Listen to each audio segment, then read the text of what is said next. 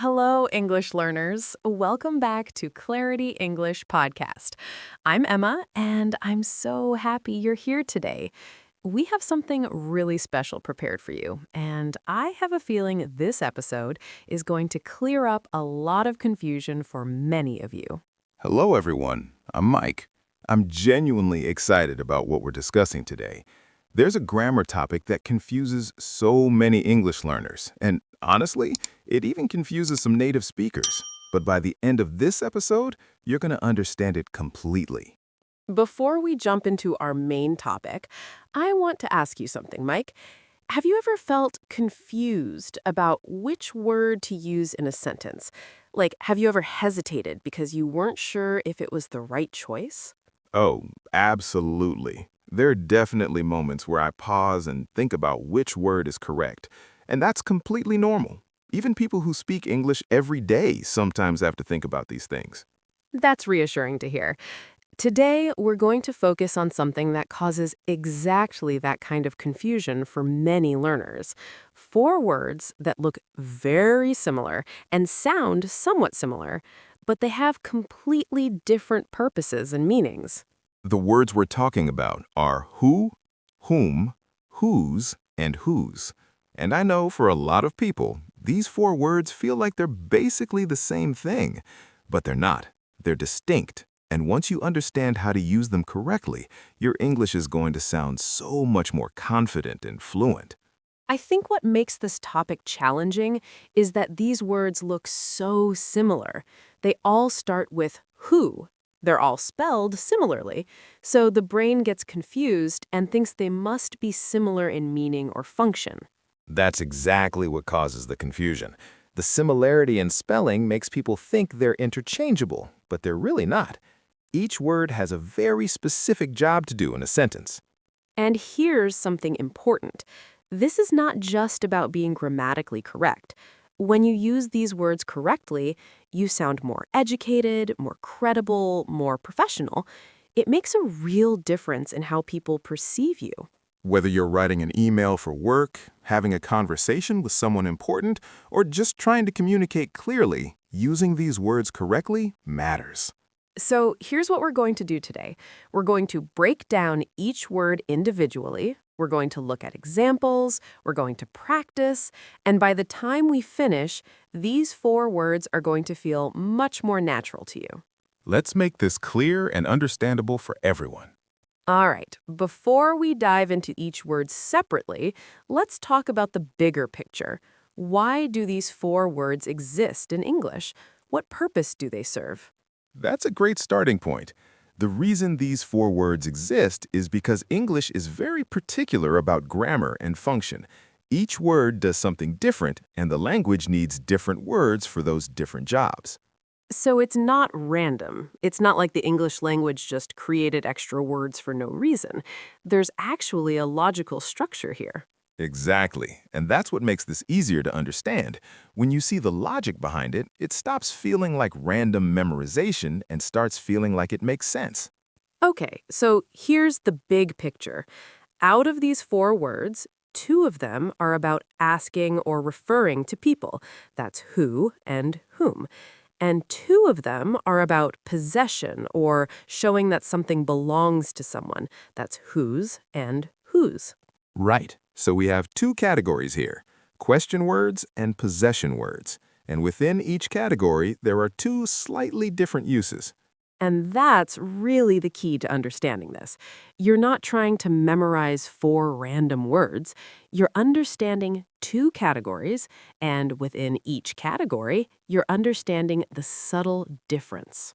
I love that way of thinking about it. It makes it so much clearer. So, let's start with the first category, who and whom. These are both question words. They both relate to people, but they have different grammatical functions. Yes, and the difference comes down to whether the person is the one doing the action or the one receiving the action. That's the fundamental distinction. And once you understand that, everything else makes sense. Let's explore this more deeply. All right, let's talk about who. This is probably the more common of the two question words, and it's actually the simpler one to understand. Yes, Who is used when the person is the subject of the sentence. In other words, the person is doing the action. The person is the main focus. Let me give you a very clear example. If I ask, who called you yesterday? I'm asking about the person who performed the action of calling. That person is the subject. That person is doing something. Right. So, who is the subject? And another example, who is sitting next to you? Again, I'm asking about the person who is in the state of sitting. That person is the subject. Here's another one. Who told you that information? I'm asking about the person who performed the action of telling. That person is the subject. That person is the active one. And here's the key. When you're using who, you could replace it with pronouns like he or she. So in who called you yesterday, you could also ask, he called you yesterday? No, that doesn't make sense, but you could think of it as he called you yesterday being the answer. That's a really helpful way to think about it.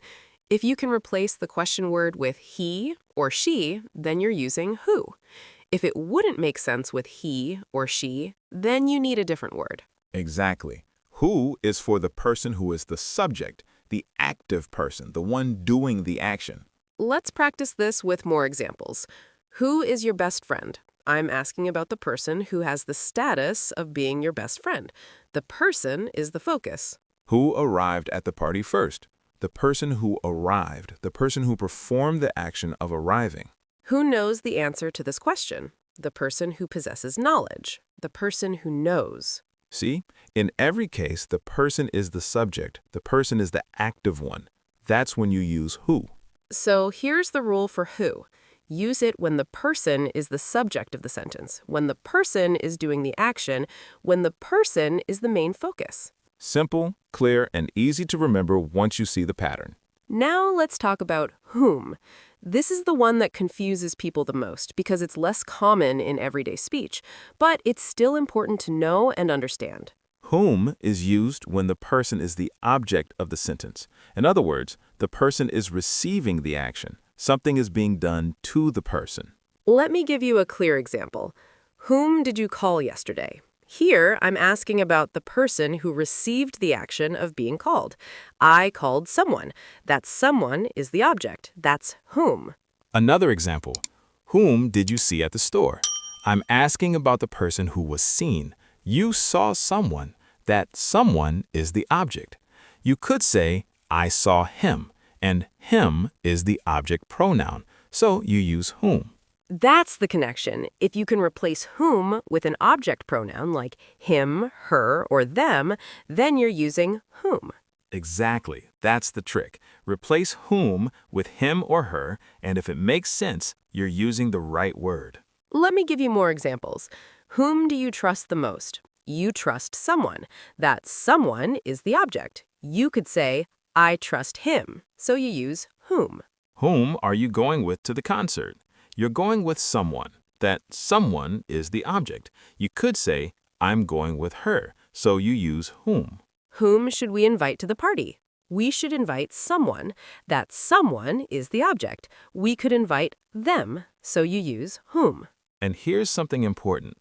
Whom sounds formal to a lot of people, even to native speakers. In very casual, everyday conversation, people sometimes skip whom and just use who. But technically, grammatically, whom is correct when the person is the object of the sentence. That's a really important point. So in formal writing, in professional communication, you should use whom correctly. But in very casual speech, you might hear who instead, and people will understand you anyway. Right. But knowing the correct form means you can use it when it matters, when you want to sound educated and precise. So here's the rule for whom. Use it when the person is the object of the sentence, when something is being done to the person, when you could replace it with him, her, or them. All right, now let's shift gears. We've talked about who and whom, which are about people being subjects or objects. Now we're going to talk about possession. This is where whose and whose come in. These are about showing that something belongs to someone or that something is connected to someone. And here's where it gets interesting. These two words sound almost identical. They sound virtually the same when you say them out loud, but they mean very different things. Yes, and that's why so many people mix them up. They sound the same, so people don't pay attention to which spelling they're using. But the spelling matters, and the meaning is different. Let's start with whose. This one is actually a contraction. It's short for two words combined.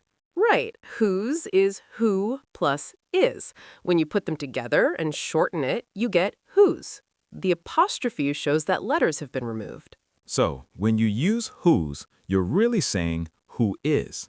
Let me give you an example. Who's going to the meeting tomorrow? That's the same as asking who is going to the meeting tomorrow. Exactly. And here's another example. Who's your favorite teacher? That's the same as who is your favorite teacher. When you expand whose back into two words, you can see that it makes sense. So, the way to check if you're using whose correctly is to expand it.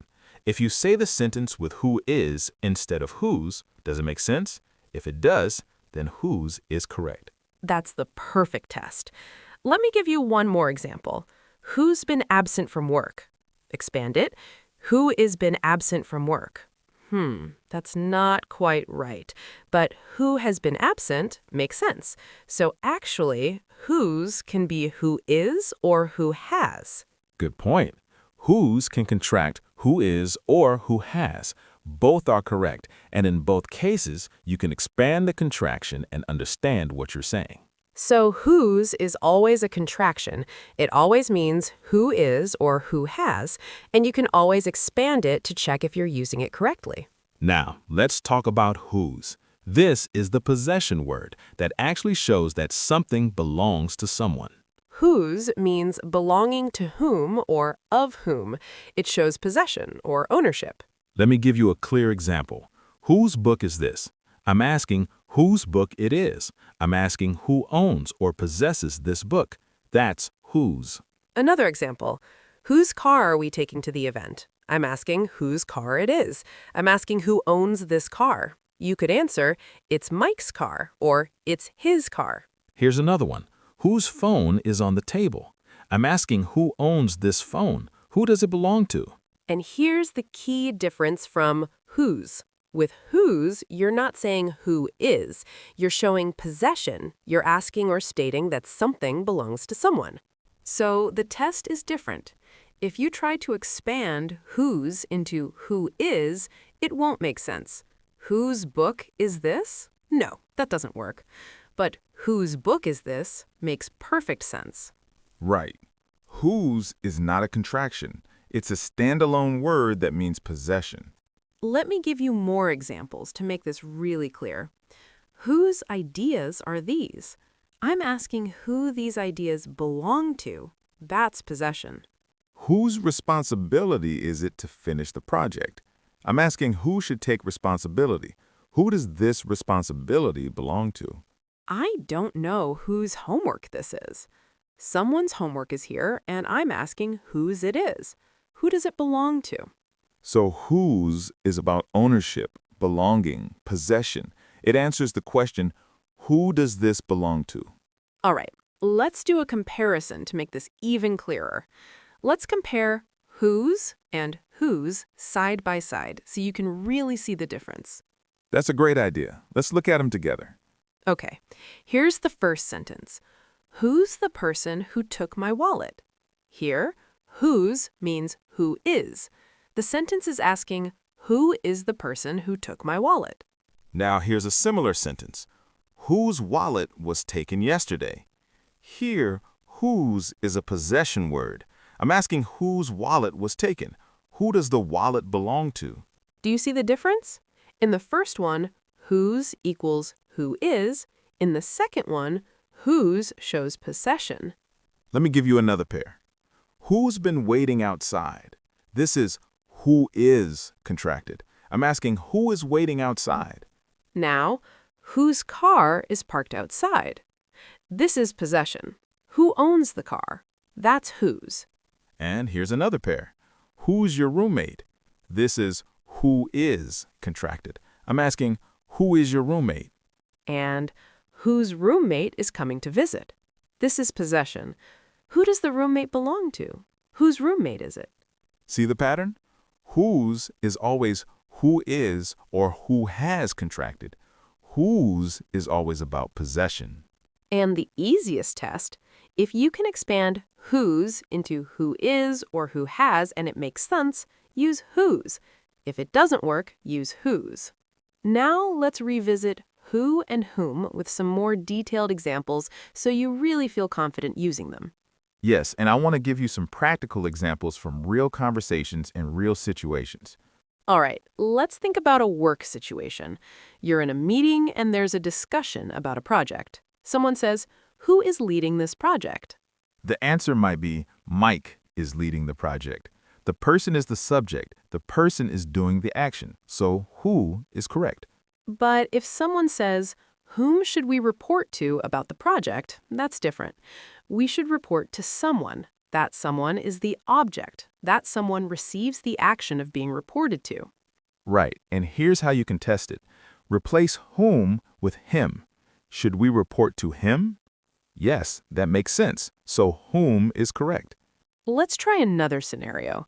You're meeting new people at a social event. You ask, "Who invited you to this party?" The person who performed the action of inviting, that person is the subject, so who is correct. But if you ask, whom did the host ask to bring a dessert? The host asked someone. That someone is the object of the verb ask. So whom is correct? These are real situations you encounter in real life, and using the right word makes you sound more confident and more educated. Let's do a few more. Who called you this morning? The person who called. Subject. Who is correct? And with whom are you planning to study? You're studying with someone. That someone is the object of the preposition with. So whom is correct. This one is interesting because whom comes after a preposition like with, to, for, from, about, and then a question word about a person. You probably need whom. Let's talk about some sentences with whose and whose to make sure you're comfortable with both. Yes, and I want to show you how these work in real conversation and real writing. Here's a sentence. Who's going to finish this report? This is who is, contracted. I'm asking, who is going to finish this report? That's whose. Now, here's a similar sounding one. Whose report needs to be finished today? This is possession. Someone's report needs to be finished. Whose report? That's whose. Here's another. Who's been working here the longest? This is who has, contracted. I'm asking, who has been working here the longest? That's whose. And whose performance was the best at the company event? This is possession. Someone's performance. Whose performance? That's whose. Let me give you an example in a more casual context. Who's coming to dinner tonight? This is who is. I'm asking, who is coming to dinner tonight? Whose turn is it to cook dinner? This is possession. Someone's turn. Whose turn? That's whose. Who's your best friend?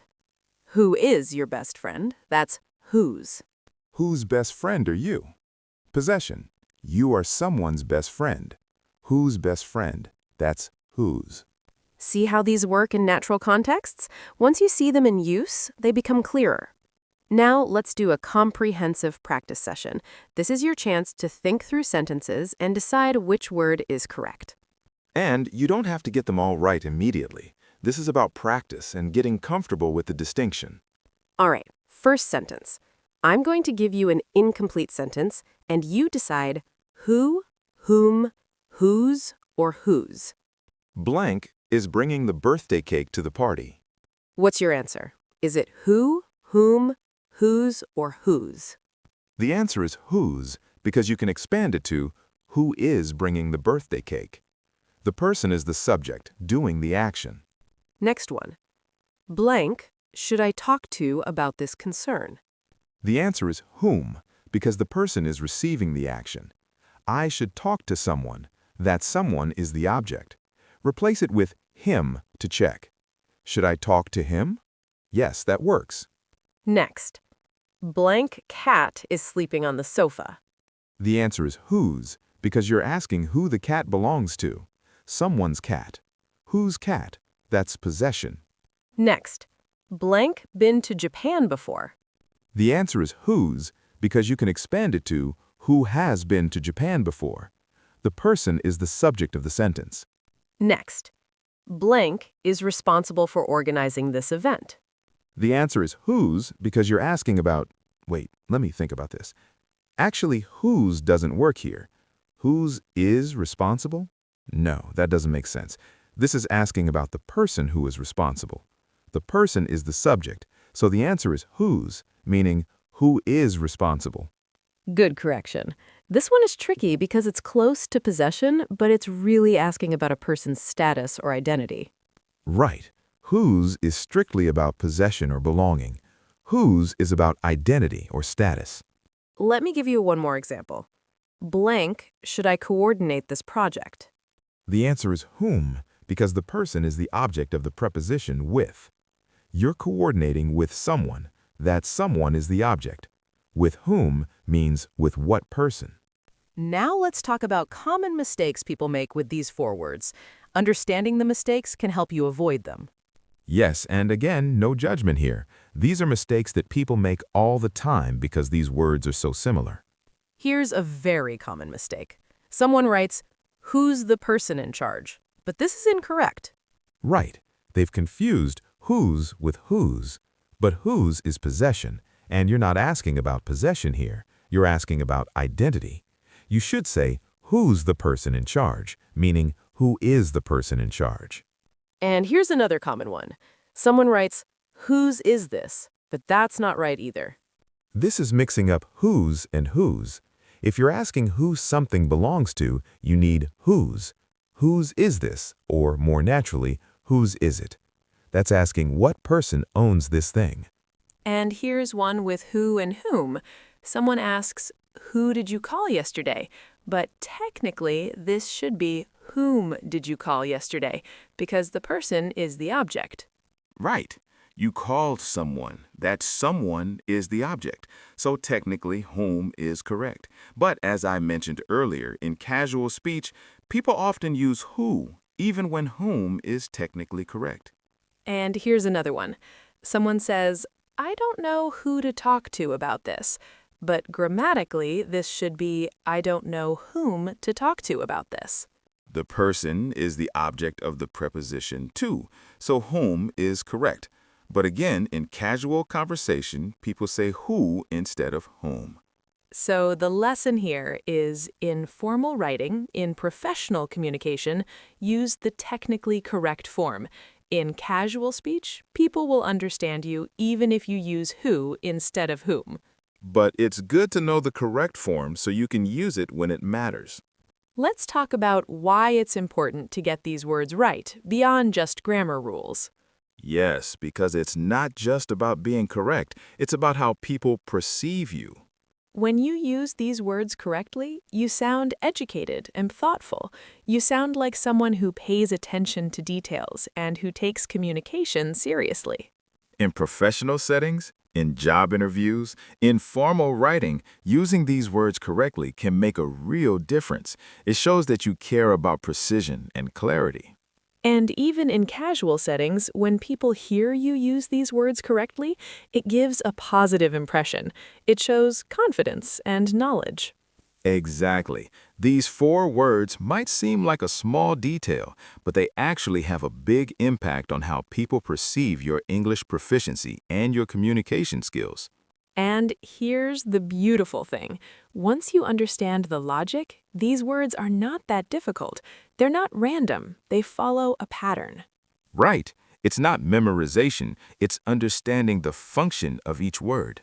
All right, let's create some memory tricks or mnemonics to help you remember these words. That's a great idea. Sometimes a simple association can help these stick in your mind. For who and whom, I like to think of the sound. Who sounds like it could rhyme with go or do, and it's about doing something. Who is for the person who is doing something. I like that. And whom ends with an M, and you can think of him, which also has an M. Home is for the person you could replace with him. That's a good one. Whom and him both have that M sound. For whose, remember it's a contraction. If you can break it into who is, then it's whose. If that makes sense in your sentence, use it. And for whose, I think of it as possession.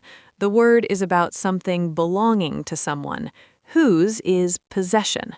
These little tricks can help you remember which word to use in different situations. Let's talk about how these words appear in real writing. When you read articles, books, emails, you're going to see these words used. Now you'll understand them better. And when you're writing, you can apply what you've learned to make your writing more precise and professional. Here's an example from a professional email. Whose department is responsible for this project? The writer is asking who the department belongs to, whose department it is. That's possession, so whose is correct. And here's another. Who is going to lead the initiative? The person is the subject, the one doing the leading. So, who is correct? In a news article, you might read, "The candidate, whose policies focus on education, has gained significant support." The policies belong to the candidate. Whose policies? That's possession. Whose is correct. And in fiction or storytelling, you might see, she asked herself who had betrayed her trust. The person did the betraying. The person is the subject. So, who is correct? Once you start noticing these words in real writing, they become more familiar. You start to see the patterns. Let's do one final practice session where I give you sentences and you tell me which word is correct. This is the ultimate test. Ready? Let's go. First one, blank would you recommend as the best teacher in the school? The answer is whom, because you're asking about the person someone would recommend. The person is the object. Recommend is the action, and the person receives that action. Good. Next, blank car keys are these? The answer is whose, because you're asking who the car keys belong to. Possession. Next, blank has the most experience with this software. The answer is who, because the person is the subject, the one who has the experience. The person is the active one. Blank is coming to the event tonight. The answer is whose, because you can expand it to who is coming. It's a contraction of who is. I'm not sure blank idea this was originally. The answer is whose, because the idea belongs to someone. Whose idea? That's possession. Blank have you been talking to about the situation? The answer is whom, because the person is the object of the verb talking to. You talk to someone. That someone is the object. Technically, it should be whom, though many people say who in casual conversation. Excellent. You're getting these. Mike, we've covered so much ground today. We've explored who, whom, whose, and whose from every angle. We really have. We started with the basic distinctions, we looked at examples, we practiced, we identified common mistakes. And I hope everyone listening feels more confident about these 4 words now. They're not as confusing as they seem. That's right. It comes down to understanding the function. Who and whom are about people being subjects or objects. Whose is a contraction for who is or who has. Whose is about possession. Once you understand those 4 simple points, everything makes sense. And the more you see these words in context, the more natural they become. You start to feel which one is right, rather than having to think about it. That's when you know you've truly mastered it, when you don't have to consciously think about it anymore. It just feels right.